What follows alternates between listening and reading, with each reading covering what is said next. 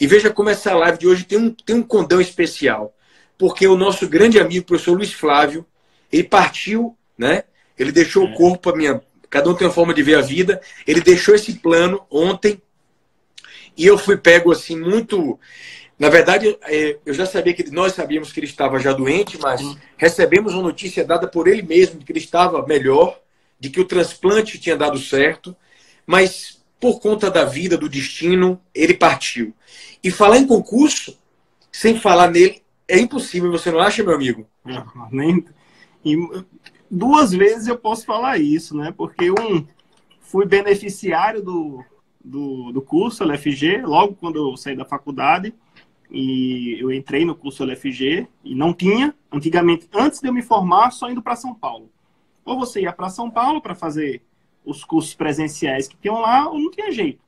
Então, ele democratizou, trouxe acesso a qualquer pessoa do Brasil que pudesse ir perto da sua casa assistir. Hoje em dia, tem internet, tem tudo isso. O pessoal talvez não lembre que antigamente, não é antigamente, mas 10 anos atrás, né, muito tempo atrás, 12, 15 anos atrás, você precisava ir para São Paulo. E ele fez isso de forma telepresencial. Eu recebi ontem... Segundo, porque você foi meu professor na época também. Eu recebi vários depoimentos ontem em minha página no Instagram que me emocionaram. Um deles, uma pessoa hoje, muito bem estabelecida já, disse: Pablito, eu morava a 500 quilômetros da capital. E através ele, professor Luiz Flávio, para quem não sabe, ele instituiu a primeira rede telepresencial da América Latina. E veja como a história é interessante, né? Quando ele começou a montar essa rede, ele começou a escolher alguns professores. E já que o nosso tema é concurso, eu vou começar dizendo isso, contando essa parte da história, né? Porque isso que eu vou dizer a vocês faz parte da preparação para concurso. Eu sempre fui um excelente aluno na faculdade. Então, assim, eu sempre gostei de estudar, eu sempre acumulei muitas vitórias na faculdade. A Universidade Federal, em que eu fui colega minha turma era uma turma fantástica. Eu fui colega de Fred, Fred é meu amigo pessoal desde a faculdade, de colega de turma, eu e Fred, né? E uma turma muito boa, de pessoas muito estudiosas. E lá na faculdade, inclusive a universidade, vou me permitir compartilhar isso com vocês por conta do objeto da live. A Universidade Federal tem uma regra no regimento estabelecendo que o aluno que obteve maiores médias ao longo de 5 anos recebe uma láurea. E eu recebi essa láurea. É uma história interessante porque fomos eu e uma colega, foi uma história muito bonita, mas enfim, eu recebi essa láurea, eu acumulei muitas vitórias em minha vida acadêmica. E logo que eu colei grau, um dos primeiros concursos que eu fiz foi para delegado de Polícia Federal.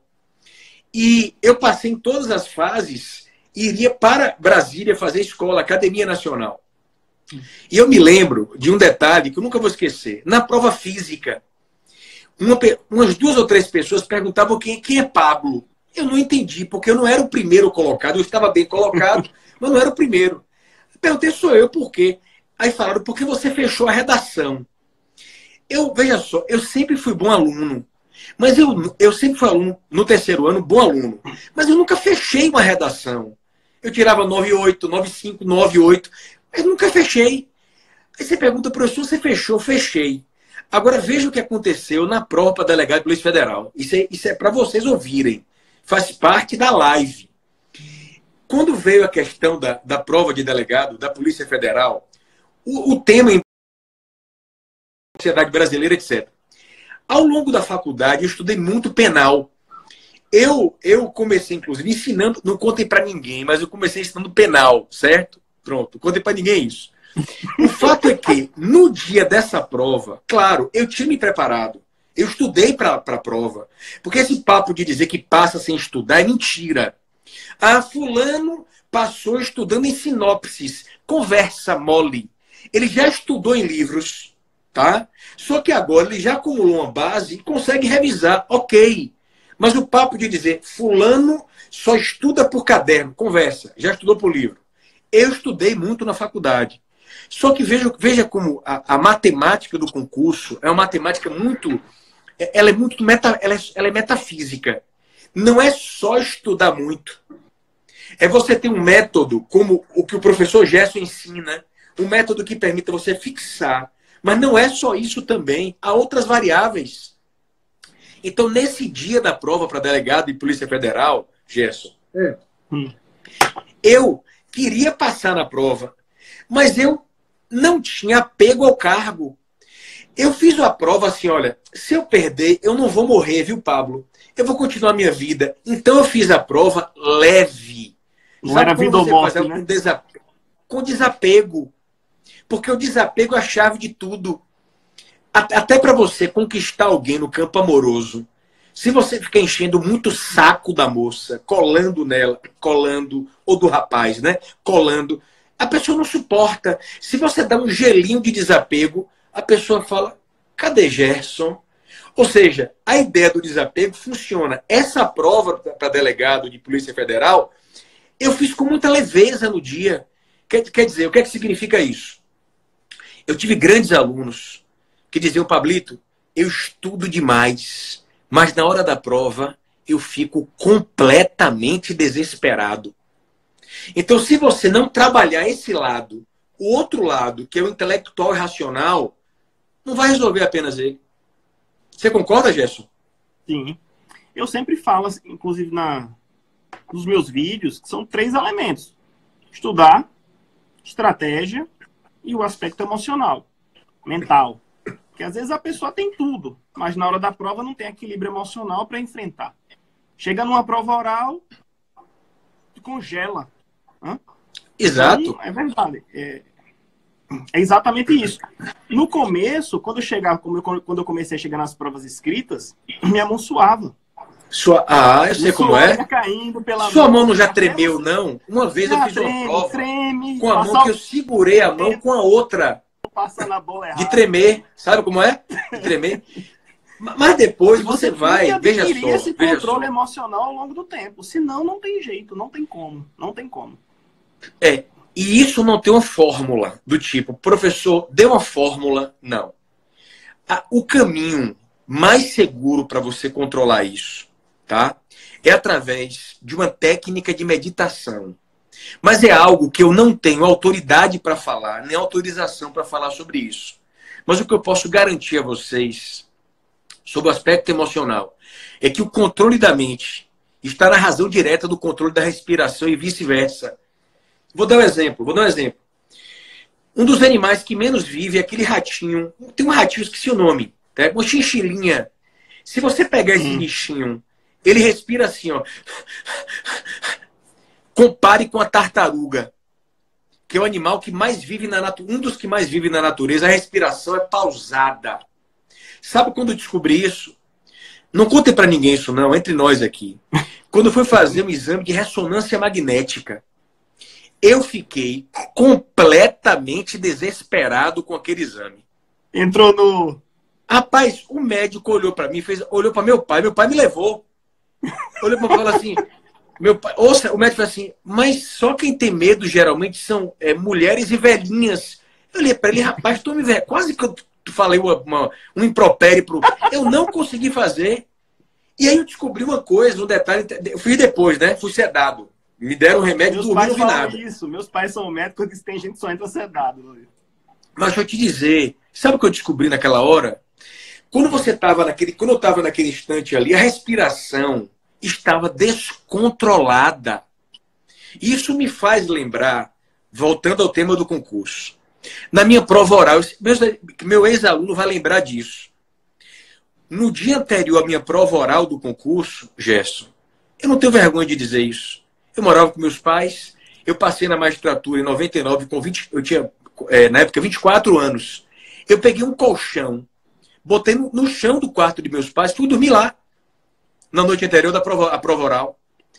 Antes da prova oral, pense naquele desespero, aquela tensão nervosa antes da prova. E depois a vida foi correndo, eu descobri que aquele não foi o dia mais tenso de minha vida, mas isso é outra história. O fato é que antes da prova oral, vários colegas meus ficavam repetindo uma frase para dizer para a banca: Excelência, a matéria foi estudada, mas esse ponto não me ocorre. Excelência, a matéria foi toda estudada, mas esse ponto não me ocorre. Excelência, Na hora que eu fui para a banca, a primeira pergunta que dispararam contra mim foi prazo prescricional do crime de genocídio. E eu já ia soltar, excelência, a matéria foi estudada, mas... Meu amigo, eu respirei na hora, parei um pouco. Você precisa fazer isso. Eu respirei um pouco na hora, em poucos instantes a resposta veio.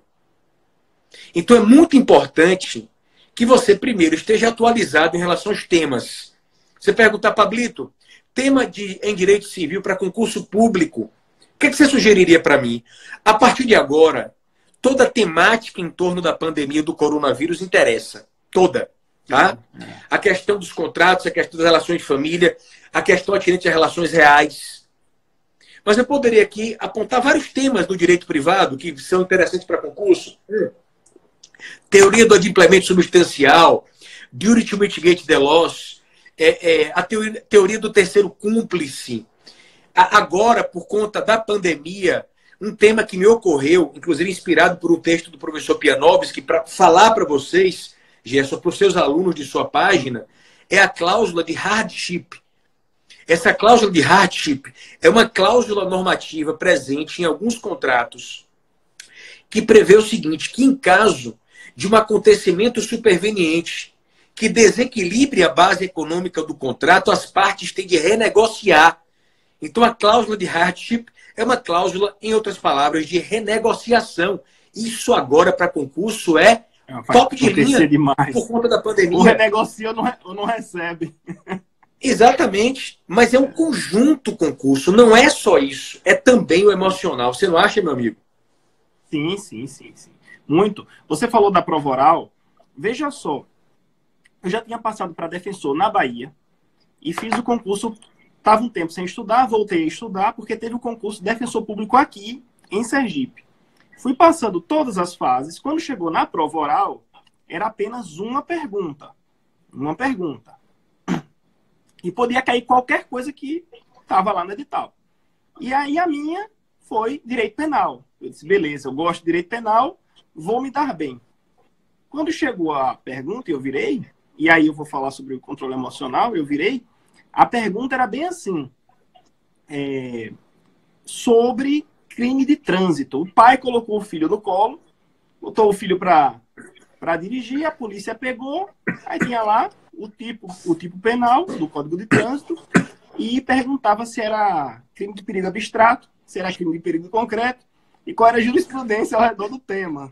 Eu não tinha estudado o Código de Trânsito a fundo, né?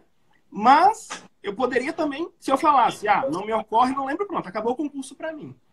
Então, Pablo, eu usei a seguinte técnica. Eu disse, bom, eu sei o que é crime, eu sei o que é crime de perigo abstrato, eu sei o que é crime de perigo concreto. Vou começar a explicar esses temas para depois ver o que é que eu respondo.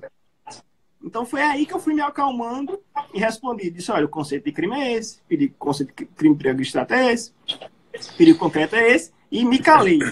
O examinador, sim, e nesse caso, e a jurisprudência? Aí eu inventei, né? E tirei 5, o mínimo possível, né? Então, assim, pelo menos ele tem conhecimento. Mas veja que é uma ciência nisso. Por exemplo, você foi ganhando confiança e inspirando confiança no examinador. É o que eu costumo dizer. Quando você pega um caderno de concurso, e você conhece muito mais do que eu, as técnicas do CESP, etc., muitas vezes, no caderno, eles propositalmente botam questões horrendas logo no início. Porque, às vezes, as primeiras questões, elas vão quebrando o seu emocional. Tá? Então, é o que eu digo aos meus alunos. Questão 1, horrorosa, pule para 2. Questão 2, horrorosa, pulo para 3. A 3 eu sei, vou responder. Ganhei confiança, vou para 4. Aí o aluno me perguntou um dia, professor, você foi para 1, horrorosa, não sei. Fui para 2, também não sei. Fui para 3, não sei. Na verdade, aquele que estudou sabe, só que ele vai entrando em desespero, né? Aí o desespero vai fazendo com que vá dando um branco. A parte mais importante da minha live vem agora. É para você que estudou. Porque aquele que não estudou, esse vai perder. Faz parte da causalidade da vida. Tem de perder, faz para o crescimento espiritual dele. Mas você que estudou e que recebeu uma bordoada no início da prova, se abalou, foi para a segunda questão, foi te desesperando. Você tem dois caminhos. Lembra do filme Matrix, das duas pílulas? Você tem dois caminhos. Escolha. O caminho um é você entrar em completo desespero. Aí você vai ter vontade de chorar. Vai chorar. Certo? O branco vem completo. Você vai querer entregar a prova. Acabou.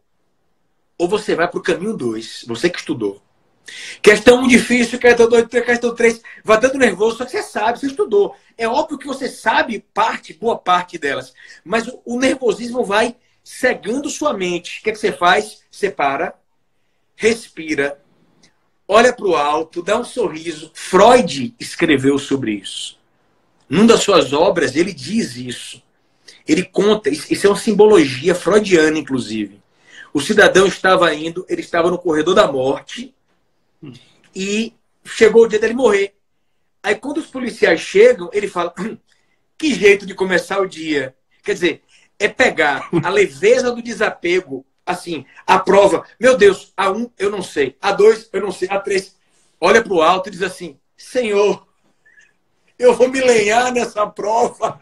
Aí você dá um sorriso interno dizendo assim, eu estudei, mas vou me desapegar, não vou me desesperar. Creio no que eu vou dizer a vocês. Para você que estudou, no momento em que você não se entrega ao desespero, o segredo é não racionalizar com ele, não discutir com ele. É deixar ele passar. Quando ele passar, você se esquiva, se desapega, entrega. É impressionante. Para você que estudou. Quando você fizer assim, ó. Exatamente. Rapaz, vou me lear. Você não vai falar alto, não, porque vão achar que você é maluco. Você vai pensar, vou me lear nessa prova, aí dá um sorriso. O universo faz algo que eu não sei explicar o que é. É uma coisa tão estranha que dá em você quando você se desapega. A prova começa a fluir. Você vai ouvir história de pessoas que perderam 10 concursos e depois começaram a passar um atrás do outro. Não é só porque eles acumularam informação, não, viu? Não acho que é só por causa disso, não. Não é não.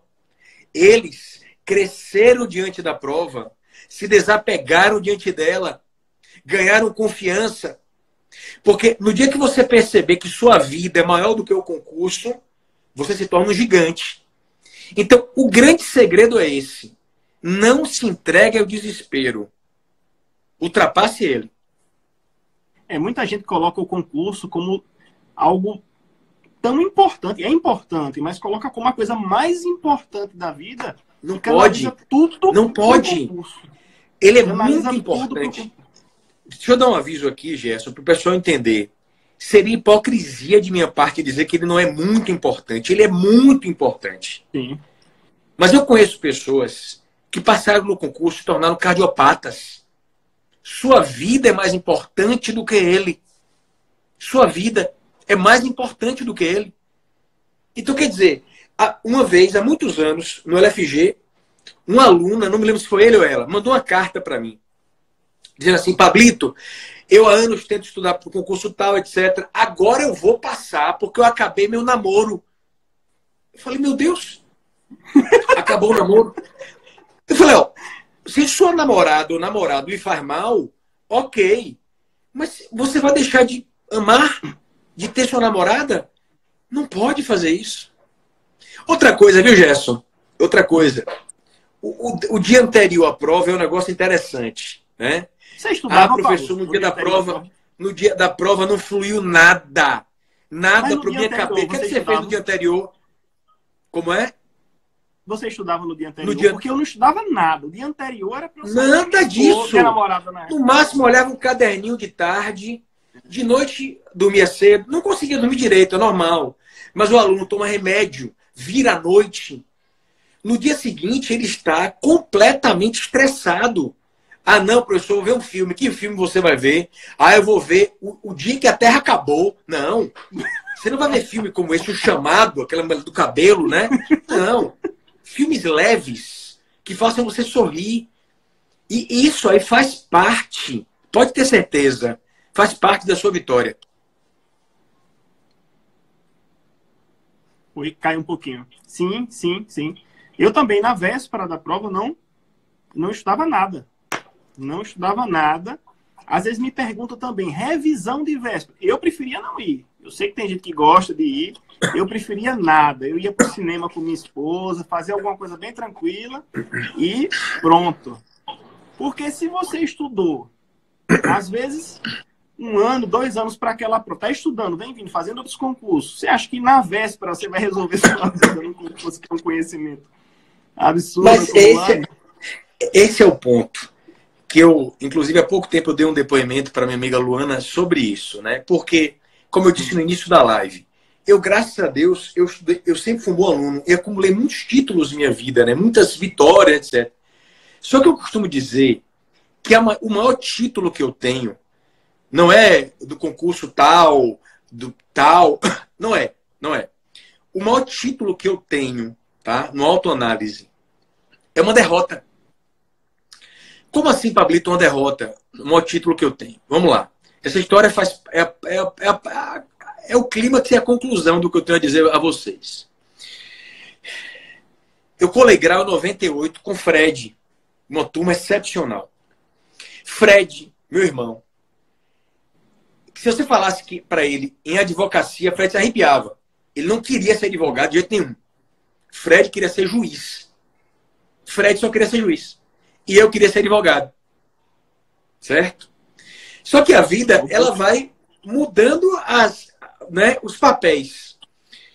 Abri um concurso em 98 para magistratura. Nós nos inscrevemos. Eu me lembro perfeitamente. Eu fui galgando, assim, primeiras fases do concurso, eu estava entre os primeiros. E como eu sempre fui um bom aluno, as pessoas costumavam me comparar, tipo assim, Pablo, a prova de Pablo. Eu me lembro que eu ouvia muito isso. Ok. Quando chegou na prova escrita da sentença civil, na época eu começava a ensinar civil, etc. E Fred começava a ensinar. Nessa época, eu me lembro como se fosse hoje. Pela primeira vez na minha vida, eu experimentei o sabor da derrota. Eu me lembro exatamente onde eu estava. Eu estava numa igreja. Porque eu não tive coragem de ver o resultado das notas. Eu só tirava nota boa nas fases iniciais. Na prova da sentença civil, tá? Eu recebi a informação de que eu havia perdido. Eu e Fred perdemos. Eu me lembro, algo que me marcou muito. Na época não era como hoje. Hoje a gente tem uma cultura mais amadurecida em recorrer da prova. Na época não tinha, não funcionava assim no meu tempo. Não era bem assim. Com a cultura do recurso, perdeu para casa chorar. E eu me lembro que a minha prova, né? Na faculdade havia um professor já falecido, que depois de Orlando Gomes, na minha opinião, era quem mais sabia civil. Eu descendo a rampa da Universidade Federal, disse, professor Milton Tavares, perdi no concurso juiz e coloquei na prova isso. Eu nunca esqueço a resposta que ele me deu. Ele falou, Pablo, sua resposta está certa. Quando vocês ouvem isso, você pode dizer, Pablito, isso é um consolo. Não, isso não foi um consolo para mim. Doeu mais. Eu podia ter perdido porque eu não sabia a pergunta. Mas eu ouvi me conformei, o maior jurista que eu conhecia que a minha resposta estava certa. Inclusive hoje, minha resposta está em um dos meus livros. Tá? Tá lá no livro. Um dos meus livros lá tem uma partezinha que é inspirada nessa prova. Fred também perdeu. Fred se revoltou e disse, eu não quero mais saber de concurso. Não quero mais saber de concurso. Vou só ensinar. E o Brasil ganhou um advogado do quilate dele. Eu disse não. Eu quero ser juiz. Eu nunca vou me esquecer o que aconteceu. Esse é um ponto que eu peço permissão a Deus para compartilhar com vocês. No dia seguinte a ter perdido, eu chorei. As pessoas que antes eu nunca me achei melhor do que ninguém, nunca pisei. Tenho vários defeitos como qualquer um de nós, mas nunca fui uma pessoa arrogante, nunca fui. Mas as pessoas me usavam como exemplo. O Pablo perdeu, Pablo perdeu. É lógico, faz parte do humano isso, né? Era um bom aluno, fui usado como exemplo. No dia seguinte, eu abri o mesmo edital. Veja só, abri, eu nunca esqueço. Uma lágrima fez assim, ó. Pling, caiu nele. Eu olhei para o alto e disse, Deus, eu sempre conversei com Deus, cada um tem uma forma de ver a vida, tá? Aqui uma live eu posso te abrir meu coração. Falei, pai, não era minha hora. Comecei a estudar chorando, reestudar chorando. Aí, em 98, decore o ano. Muito bem. Eu, não havendo passado nesse concurso, eu permaneci em Salvador, tá? Porque se eu houvesse passado em terceiro, quarto lugar, ia para algum interior longínquo, porque na época, só quem escolhia a comarca com segurança era o primeiro colocado. Na época, né? Na tradição da época. Muito bem. Eu fiquei em Salvador. Neste ano em que eu perdi esse concurso, uma pessoa muito especial para mim, chamada Luiz Flávio Gomes, me ligou um dia. Eu me lembro bem que quem falou com ele na época foi o Fernando Capês, que era professor do Damásio, e que disse assim, Luiz Flávio, eu vi um rapaz de novo dando aula de civil, o cara é bom. Aí Luiz Flávio, que não me conhecia, eu tinha 23 anos de idade, 23 anos, me ligou, Pablo, você quer dar aula para mim? Eu estou começando um projeto. Por conta de eu haver ficado em Salvador, perdido esse concurso, eu comecei a rodar o Brasil com o Luiz Flávio. Ministrando aulas. O LFG não existia ainda como rede satelitária. Era um grupo que ele estava montando. Fui para Manaus, Araçatuba. Veja o que significou essa derrota em minha vida. Nesse mesmo ano, atenção, a Universidade Federal da Bahia abriu concurso para professor efetivo. A Universidade Federal não abria concurso há anos. É um concurso dificílimo. Abriu concurso.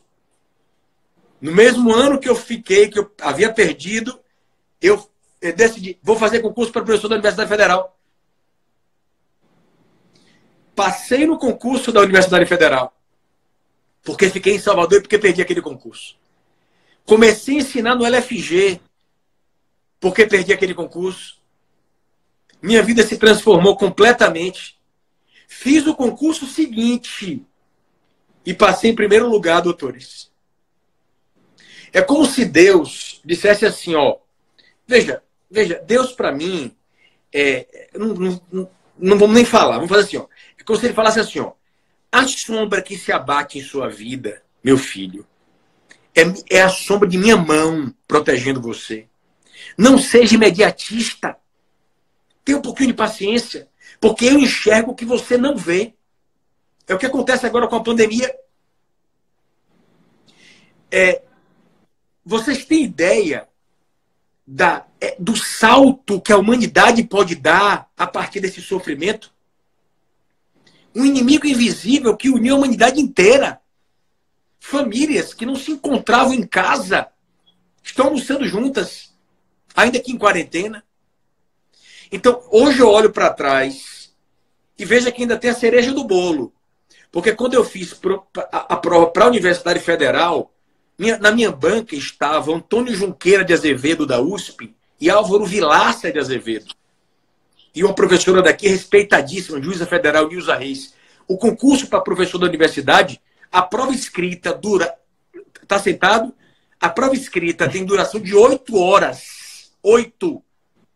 Você faz a prova escrita, a congregação se reúne numa espécie de auditório, parecendo uma arena, e você lê a prova no meio. Se você escrever uma bobagem, você passa vergonha. E eu só fiz o concurso porque perdi aquela prova. E antes de fazer o concurso, a namorada que eu tinha na época, quero muito bem a ela, que Deus a abençoe e a ilumine, acabou o namoro comigo 2 dias antes. Você já fez prova destruído? Eu me lembro que quase eu não fiz a prova para professor da UFBA. Porque eu estava chorando, porque minha namorada acabou comigo. 2 anos de namoro, um dia antes. Ela podia esperar 2 dias para acabar o namoro, né? Tudo bem. Aí eu me lembro que uma pessoa muito evoluída espiritualmente, eu nunca vou esquecer, disse: meu filho, vá fazer a prova. Porque nos momentos de maior dificuldade, quando o ser humano não desiste, é que os milagres ocorrem. Eu fiz a prova e passei em primeiro lugar para professor da Universidade Federal, concorrendo com doutores, mestres. Eu nem mestrado tinha na época. Então, eu pego tudo isso, coloco aos pés de Deus, digo assim: olha, meu Deus, que meus alunos entendam que muitas vezes uma derrota pode ser uma imensa vitória em sua vida. É a maior mensagem que eu posso passar para vocês, meus amigos. Perfeito. E você ter a capacidade de ter resiliência em relação a tudo isso. As questões, nem tudo é de forma imediata, nem tudo acontece como você quer na vida. Às vezes você pode estar sendo testado, né, para ver se você realmente vai conseguir o seu objetivo. Pablo, que história maravilhosa, espetacular. Ó, meu irmão, a honra foi minha. 40 minutos se passaram que eu nem senti. Então eu espero que a gente possa fazer uma nova live, talvez depois da lei. Essa lei, eu acho que ela vai ser aprovada. Atenção para quem chegou agora. A lei que institui o regime jurídico emergencial e transitório por conta da pandemia. Se virar lei, manda o e-mail para mim, grande Gerson. Parabéns pelo seu trabalho sensacional, seu belíssimo trabalho, seu método de aprovação, que a gente faz uma nova live. Tem um recado final que eu queria dar aqui. Seu livro vai ser sorteado lá no meu perfil. Maravilha! Estou colocando agora. Agradeço, meu irmão. E a editora vai lhe mandar o volume novo para os meus amigos. Peço licença, meus amigos. Não, o novo volume.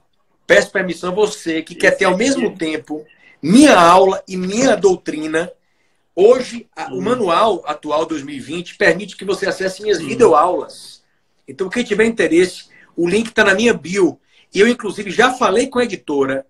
Eu pretendo, Deus permitindo, se a lei for aprovada, quem tiver o manual, veja, isso, para deixar claro, isso é uma possibilidade, tá? Se a lei for aprovada, eu pretendo fazer uma atualização sobre ela e quem tem o manual vai ter acesso. Espetacular, espetacular. Estou colocando agora o post lá para explicar como é que vai funcionar o sorteio. Pronto. O meu perfil, o sorteio não vai ser no meu perfil. No meu perfil, você tem notícias, tem o link do livro, mas o sorteio vai ser no perfil do nosso amigo Gerson, tá certo? Então vai ter uma postagem lá agora, tá? Deixa eu só me comunicar aqui. Grande Luiz Madeira, meu amigo. Um abraço, Madeira, para você, meu irmão. Ser humano fantástico. Um abraço, meu irmão. Deixa eu colocar aqui, viu? Deixa eu ver se ele já colocou, porque aí eu já mostro. Pronto, tá aqui. Tem um post, o post é esse aqui, com a frase da live. É só ir nesse post que tá no meu perfil, ir nesse post, deixar um comentário e marcar algum colega de concurso. E amanhã eu vou olhar todos e a gente vai pegar um sorteio para sortear quem comentou. As pessoas que comentaram vão estar participando. E eu vou enviar o livro novo, a versão nova, essa que está com o Pablo, não essa aqui, para sua casa. Se você tá certo, meu irmão. E eu vou deixar, grande Bruno, meu irmão, ainda vou deixar gravado a live 24 horas em meu perfil, viu? Pronto. Um abraço grande, meu amigo. Obrigado por tudo, viu? Queria agradecer aqui imensamente, tá? Participar dessa live com você. Você, para mim, é uma inspiração. Foi meu professor na rede LFG. Então, e aprendi civil com você. Então, tenho muito carinho por você, pelas suas aulas, por tudo que você faz na área de concurso público. E além de ser Obrigado, meu irmão. Obrigado. Uma pessoa de um coração extraordinário. Agradeço. Só aproveitar para responder uma pergunta que fizeram. No caso do manual, quem tem o manual 2020 tem acesso a videoaulas específicas sobre temas que eu selecionei, tá? A resposta é essa aí, meus amigos. Muito obrigado. Que Deus abençoe e ilumine a cada um de vocês, meus amigos do coração. Um abraço grande. Um abraço.